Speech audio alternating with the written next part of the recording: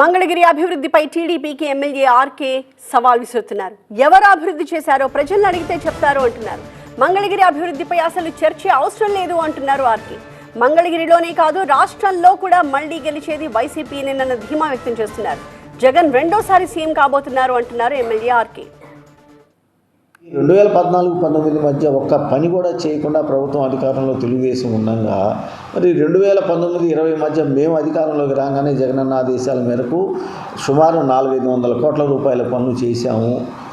ఇది ప్రజలందరికీ, ఇక్కడ ఉన్నటువంటి స్థానికులందరికీ తెలుసు.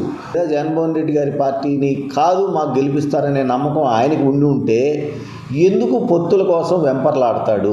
ఎందుకు పవన్ కళ్యాణ్ గారి కాళ్ళు పట్టుకుంటాడు? ఎందుకు మోడీ గారి కాళ్ళు పట్టుకుంటాడని చెప్పి నేను అడుగుతా ఉన్నా. ఏమి సింగిల్గా పోటీ చేయండి మీరు. ఏమి వైఎస్ఆర్ కాంగ్రెస్ పార్టీ కన్నా కూడా పెద్దది కదా మీ పార్టీ. వైఎస్ఆర్ కాంగ్రెస్ పార్టీ కన్నా సీనియర్ పార్టీ కదా మీ పార్టీ. ఎందుకు వైఎస్ఆర్ కాంగ్రెస్ పార్టీని చూసి మీరు భయపడుతున్నారు? ఎందుకు జగన్మోహన్ రెడ్డి గారిని చూసి మీరు భయపడతా ఉన్నారని చెప్పి నేను అడుగుతా ఉన్నా. ఈ ఒక్క మంగళగిరే కాదండి, మళ్ళీ తిరిగి ఖచ్చితంగా వైఎస్ఆర్ కాంగ్రెస్ పార్టీ అన్ని స్థానాలని కైవసం చేసుకుంటుంది. రాష్ట్రంలో తిరిగి వైఎస్ఆర్ కాంగ్రెస్ పార్టీ ప్రభుత్వం ఏర్పడుతుందని చెప్పి నేను గట్టిగా